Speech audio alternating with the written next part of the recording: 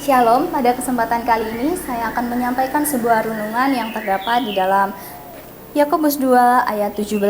Yakobus 2 ayat 17 mengatakan, "Demikianlah juga halnya dengan iman. Jika iman itu tidak disertai perbuatan, maka iman itu pada hakikatnya adalah mati."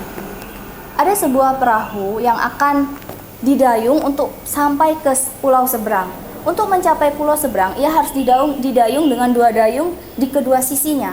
Jika ia hanya didayung dari satu sisi saja, sampai kapanpun ia tidak akan pernah sampai ke pulau seberang.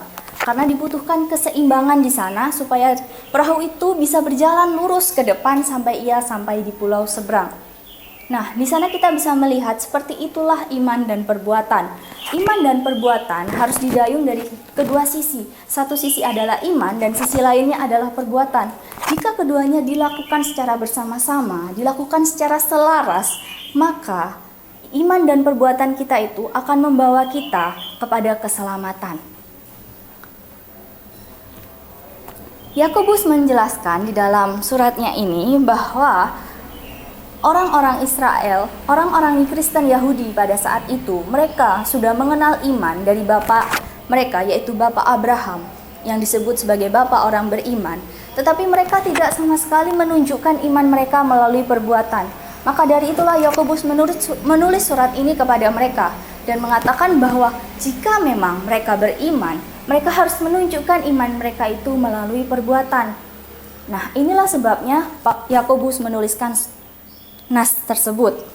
Kita dapat melihat orang-orang Kristen pada zaman saat ini pun banyak sekali orang yang mengatakan aku beriman, aku punya iman, tetapi tidak ada satupun perbuatannya yang mencerminkan imannya itu. Nah, dari sana kita tidak bisa memastikan apakah dia benar-benar beriman atau bahkan iman yang dimilikinya hanyalah sebatas di dalam ucapannya saja.